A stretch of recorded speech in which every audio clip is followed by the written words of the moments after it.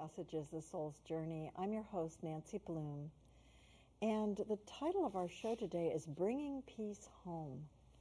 And our guest is Eric Sirotkin. He's been a lawyer for peace for years and years, and he's served in areas and brings with him lessons and learnings from areas of South Africa, of Korea, and all around the world. A very dedicated servant of peace. Thanks for coming to share with us. So Eric. glad to be here, Nancy. Very happy you are. So what is peace to you? What is your sense of peace? Well, peace is really a matter of the heart. It gets construed so often as being the opposite of war, peace and war, and put in a political context. But in reality, peace is about peace within and how we reflect it out into our world. And it's become, in many ways, a maligned concept at times. If you remember, after the war started in Iraq, I was involved with some representing as a lawyer some teachers who were fired because they were talking about peace. Peace became a dirty word. It became something that made you unpatriotic. And in reality, it's nothing to do with any of that on a particular political issue. It's much more about relationship. And in the end, it's about what are our relationships based upon. Are they based upon conflict of us versus them in many ways, or are they based upon the way that we treat each other? Are they based in the way that we treat each other with other concepts of relationship, with love or compassion and these types of things? And do you see or do you sense that self-love along with, or self-compassion along with peace within is helpful toward learning to extend compassion to others? Well, certainly that old adage, you've got to love yourself before it becomes important. And it's almost as if even if you project that out on the macro level of politics, we as a nation have not really come to a vision of our role in the world in a way that reflects our deepest held morals and beliefs. Right. And that schism that exists, that conflict creates a real a dilemma, because inside we're all yearning for relationship. We all want to protect children. We all want the opportunity to be successful and to earn a living and to live in a peaceful neighborhood and a safe neighborhood. And everywhere I've gone in the world, whether it's North Korea, Vietnam, China, Egypt, other places, everyone has been craving that. And so it's a very innate principle, this peace. And it should become, in many ways, a curriculum within schools even. Right. It's not a controversial, but seen in one case, I had a teacher who was fired. His kids were speaking out through poetry about the war, and they wanted anything about peace struck from the poems because it was deemed controversial. So the school district itself or the principal was requiring that. That's right. And so it becomes that peace is controversial. And there's where we've really gotten disconnected with the world around us. Wow, amazing. And so what does peace mean to you? You were sort of describing what peace is. What does it mean to you personally? Well, it becomes an idea of relinquishing the result often, of feeling a sense of contentment, a sense that our world is, that things will happen and things will roll on and we can't always control the results, but that we can, in many ways, come to peace within. Be happy that we are coming from a point of positive intention, if you will, that we're really facing our world from a positive point and a relationship enhancing point. And to me, even with peace activists, a lot of times you hear, you've heard people who get burned out because they've for so long fought against the war, or the war in Afghanistan is now 10 years old, and I can't stand up and go on a street corner and hold a sign that says, out of Afghanistan or peace in our world any longer because I don't feel like I'm succeeding in that. And I think that when that happens, you're becoming disconnected as to why you make those statements. It's what I call the energetics of dissent, if you will. It's about that, let's say there's 3 people on a street corner and they're holding a sign that says out of Afghanistan or out of Iraq, and it may be there's only 5 of them. You might drive past those people and say simply, how are they going to end the war? 5 people on a street corner and such. But what happens is magical in some ways. One young person who goes out there and takes a stance for a minute and holds that sign goes on to become a U.S. senator, goes on to become a CEO of a large company, impacting thousands of people. And that moment of courage, that moment of expression can truly change the way that they relate to the world. And so if I drive past them and I see that sign, I might leave and go do something the next day. I might make my own stance. I may be more peaceful to my children. I may be more peaceful in my life because of that moment of seeing those people. We're out there with the sign. We don't know what's going to happen in the future with someone. We don't know who drove by. It's the process, the holding of that positive intention for peace that really makes a difference. It's powerful. So it's like we don't know when we drop a pebble into the pond where those ripples go. We don't. But it's not our job to know that. That's right. Right. Yeah, I was thinking about people I knew who had engaged in demonstrations against nuclear testing in Nevada. A lot of Native American people that lived in that area as well, and how discouraged they were that they were not able to stop that. And yet somebody found out about that and apparently worked very, very hard to get nuclear testing banned in Australia, on that same principle. It's like you can't tell what your actions do. That's a lot. And how did you personally get involved in peace work? And from what experiences did you draw your lessons, or have you drawn your lessons as you moved through that? Well, my parents took me to my first peace demonstration, early demonstrations against the war in Vietnam, and for that I'm eternally grateful, to my mom and dad. And they took me to Washington at one of the mobilizations against the war in 1969, I think. And then I went and got involved in some Vietnam protests as a teenager. And it was always from a bit of conflict, though, that I got involved. And it always seemed to be associated with protest, a certain degree of anger. Right. And so consequently, where's the peace? Good point. Where do you model that peace? Where do you stand up in a way that attracts people to your movement? Because people would rather get involved in something that stands for something, always against something. The other's a little more scary. It's kind of conflict-oriented instead of vision-oriented. And so I became involved for many years through that, and I learned lessons. In the 1980s, I worked defending people who were charged with crimes under the sanctuary movement. They were working with Central American refugees, helping shelter them from the wars in Central America that we were perpetrating. And they were fleeing here to the country, and then they would prosecute church people. And I represented a nun and some other people and a writer.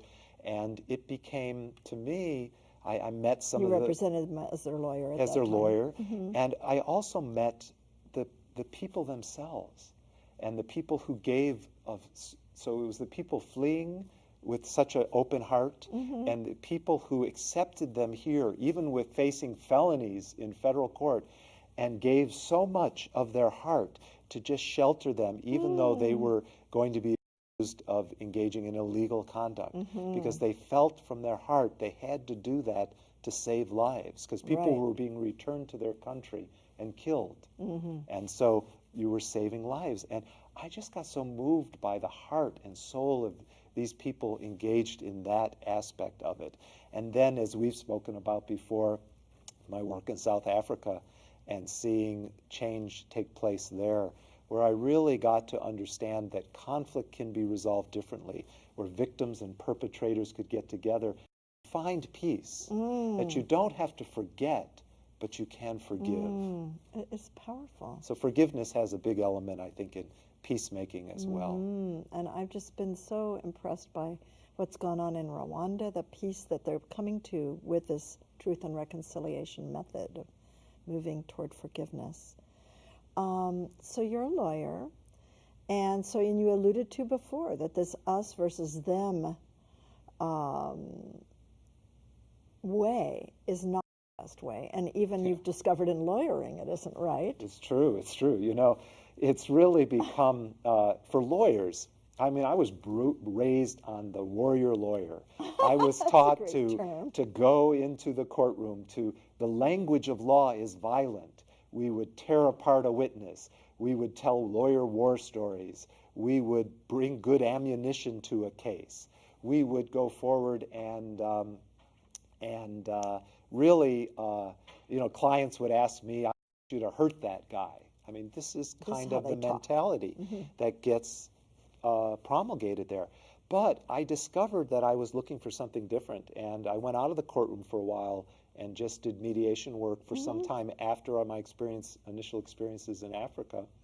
But then I discovered a group called the Alliance for Holistic Lawyers. Wow. And I discovered that there's this area called therapeutic jurisprudence and collaborative law. And what I've discovered is there are now hundreds of thousands of lawyers trained in collaborative principles. The idea that you get two sides together to collaborate on a resolution. And so I've been trained in that, and I'm practicing with a collaborative bent. So you can go to lawyers who aren't going to necessarily go to court for you, or in some cases agree not to go to court for you, so that their objective is to resolve the conflict. And this is working a lot in family cases and divorce cases. Each side gets a collaborative lawyer who's not going to go to court, either side. They get together sometimes with a financial person or a therapist, and you have a group of sessions together with the clients where you work together on understanding what are your high-end goals? What is the other person really needing? And you come through a process where you're meeting needs. So it was developed by a friend of mine, Stu Webb, who I'd known from years ago, a Minnesota lawyer who developed this collaborative law. And now there are over 100,000 lawyers trained in it across the country and around the world. And I learned that when you apply collaborative principles in the law, everything shifts. Everything shifts. How you view the judge, how you view the other side. When it's an opponent and there's a lot of stuff coming at you, you can become, in many ways, like the Aikido warrior, which takes on the conflict differently. Just because you come with a blow, I can use your energy to move it on past. Wow. Or the Buddhist concept that I bring you a gift of abuse and otherwise, but I don't have to accept your gift. Right. And so how I approach if somebody gives you the gift of some hurtfulness, you don't have to accept that. You don't have to accept that. And so I'm working on legal wellness principles and training lawyers through workshops and webinars and such on the idea of how to be a different professional, how to really work from this notion of healing and law. Because I even developed a process that I used using the Chinese 5 elements in the practice of law. It views conflict as imbalance. And we don't always approach with fire. Lawyers often think the way to get in there is to go in with fire and really make a difference that way. But fire doesn't always deal with someone stuck, like in water. Fire is going to go out if you go after someone who's stuck, frozen, these attributes of sort of stuck in the Chinese medicine realm of water. And so really earth element controls water and streams, and earth would approach it better because you use a more welcoming, nurturing approach. And suddenly you have a witness who's talking to you. Suddenly you have another side who feels heard. And so interjecting those principles, interjecting principles of active listening and parent effectiveness training, things that you don't think of as lawyers needing, but you have to learn how to listen. Right. Most people come in pain. Most people come to the lawyer because of the conflict that they want out of, Right. They're not looking for more conflict. Exactly. And so it's that process that I've applied really peacemaking principles to change things in a lot of ways. So it depends what we feed in the process. There's an old Native American story that I was very moved by about a grandfather whose grandson, he's telling this story to this grandson, that there are these wolves inside of me doing a battle. And the boy's eyes get really large, and he says, "But Grandpa," he says, "which one?" Well, he says, "First, what are these wolves?" And one is my do battle, hurt, conflict, us versus them side, and the other, the mean, angry wolf. And the other is a wolf who's compassionate, who's caring, and such. And they're doing this battle inside everyone, and the grandson says, "Grandpa, which one will win?" And the grandfather says, "Whichever one I feed." Yes. Whichever one I feed. And so we feed in ourselves the anger, the conflict, or we can feed something else. And it's really incumbent upon lawyers and mediators and people who resolve conflicts and peacemakers to really find their way to principles like that have been around for centuries. They've just not been the dominant way our culture has resolved conflict. And so it's true. I think what we feed in ourselves gathers strength and power, becomes more. It does in many ways. Wow. And so what's your sense of how this new way of lawyering might impact the world at large? Well, it impacts it in many ways. As most people know, the majority of Congress are lawyers. And if people really realize that. But they are in there dealing with conflict in many ways. And so they really have to learn some new principles. I want to share with you this principle of compassion and empathy, if I might, because I think that compassion and empathy are principles that often we don't think of in law or in conflict, and we don't understand how powerful it is. There is, and what a difference it can make. I want to share with you for a moment a poem from my film, Committing Poetry in Times of War. It's a poetic documentary at committingpoetry.com, or you can learn about it here, Committing Poetry in Times of War. And if you, there's a poem in there by Danny Solis, who's an amazing slam poem. Let's listen in for a minute, because I think it gives us an idea to look at empathy in a way that is mind-blowing. Okay, I'm ready. There we go. I take my God Solomon from his mother's arms. He is happy, feisty, ready to play. Within a minute, he tears out one of my earrings, tries to eat it. Then when I stop him, happily karate chops me in the face. We sit, read Hop on Pop, talk for a while. He yanks my beard, twists my nose, and pulls my locks. He is having a busy day. We are comfortable in the easy chair. He starts to drift, and I watch the news with the sound turned down. Sanitized images of the war. It could be ESPN with camo and weapons. No clamor of machine guns or weeping. No desert or oil fires or precious blood flowing out too swiftly into the too torrid air. My godson shifts in his sleep and makes soft suckling sounds. I watch him for a few moments, and slowly it surfaces in my soul.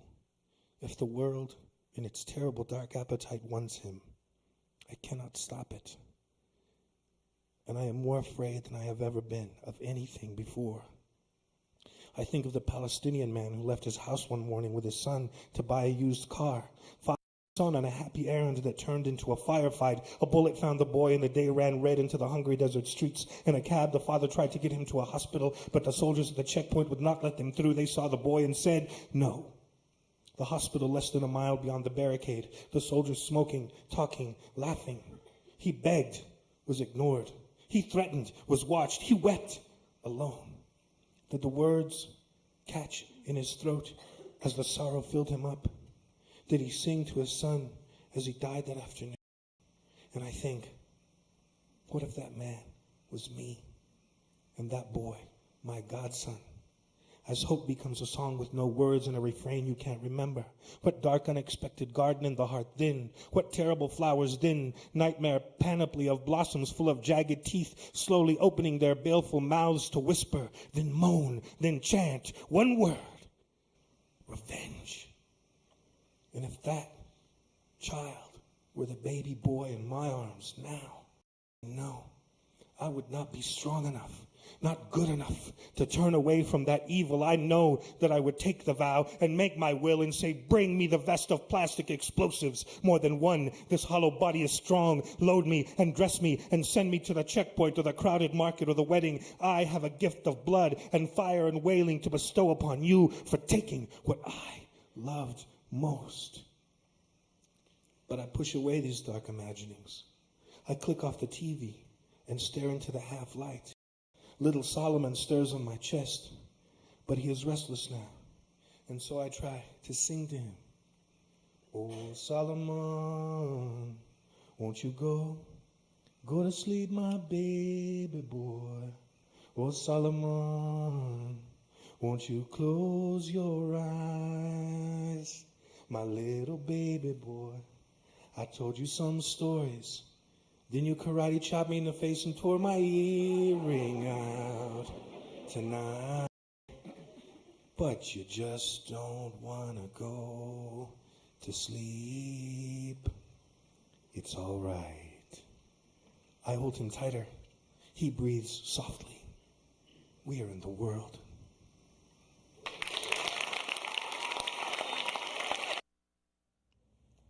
Thank you for bringing that. Yeah, it always moves me because it's the most extreme situation, a suicide bomber explaining why might actually take innocent lives, something that we just abhor as human beings. But yet, when you listen to the poem and you understand what had happened to him and where he came from and what motivated him, And what did, I couldn't hear it so well. Maybe you could just... what motivated him with the death of his son in right. his arms, that became something that even if you disagree with it strongly, you can still understand. And understanding is the key principle to becoming empathetic, to becoming compassionate, is to listen and understand. And these principles help us in our personal relationships, our professional relationships, and our international relationships. And so it's about compassion. Jeremy Rifkin talks about it in the Empathic Civilization, which is an amazing book about the idea that we are soft-wired not for violence, for compassion. And so the science is catching up with the heart. Wonderful. So the science is now proving that. It's proving that's our it. natural inclination. That's correct. And what does it take for us to change our lives and be more peaceful or peace-focused? Yeah, it's really about how we live our lives every day and how we can change some things in that as well. The other clip I brought to share with you is with Dennis Kucinich. Now we have about 3 minutes. I Yeah, think. and That's he's was the congressman until very recently, unfortunately, lost his re-election now. 8-term, amazingly courageous guy. Let's listen to him talk about courage. Thank you. I think that each one of us needs to do something every day that is an act of courage in our own lives. We need to make courage a practice. And when we do that, when occasionally any one of us is confronted with a major moment, it becomes just a matter of habit to be courageous. But the opposite is also true. If we practice fear every day, if we begin to retract and retreat every day, when those major moments come up, we find ourselves in retreat, often from our fondest dreams. And so there is a sense in which courage is that which helps us to create the world that we want. Courage is that which draws forth from the unseen a reality which can become that which we've always aspired to. So there is something about courage being a creative force, just as fear is a creative force. The only thing is we have to We have to determine for ourselves, do we wish to be victims of the way we see the world, or do we wish to be creators of a world that has many possibilities beyond fear in a realm of hope? So he says hope at the end there. And really, it's about, do we surrender to fear or do we live from hope? And that idea, I filmed this in his office a few years back when I was working on some film clips on a project I was working on. And he expresses it so clearly that we can each day do an act of courage. And then when those big things come, we're ready. We're ready for them. And so really how you live your life is about peace. It's about relationship, and that relationship to ourselves as well. And each day, then. Every day, it's our Ubuntu nature, they would say in South Africa. And Ubuntu means? The idea that I am human through my relations with other humans, that what I do to you, I do to myself. And once we get that principle, then we'll have the peace that we all seek. Thank you. Thank you so much for sharing with us about peace. Thank you, Nancy. There could not be a more important topic, I really feel. Peace is so much our true nature, and I invite you to journey with that true nature of yours, your peace, your courage.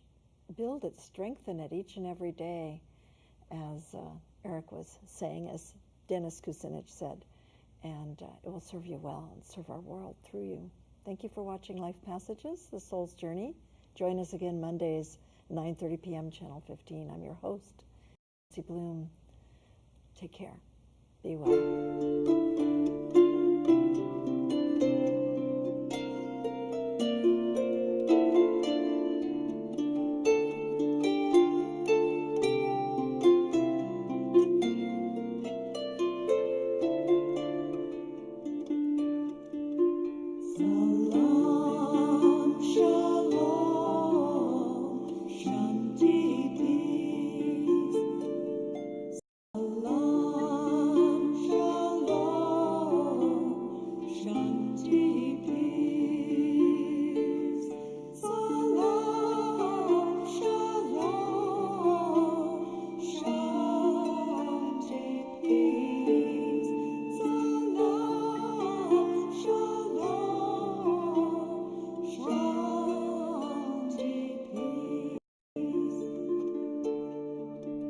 So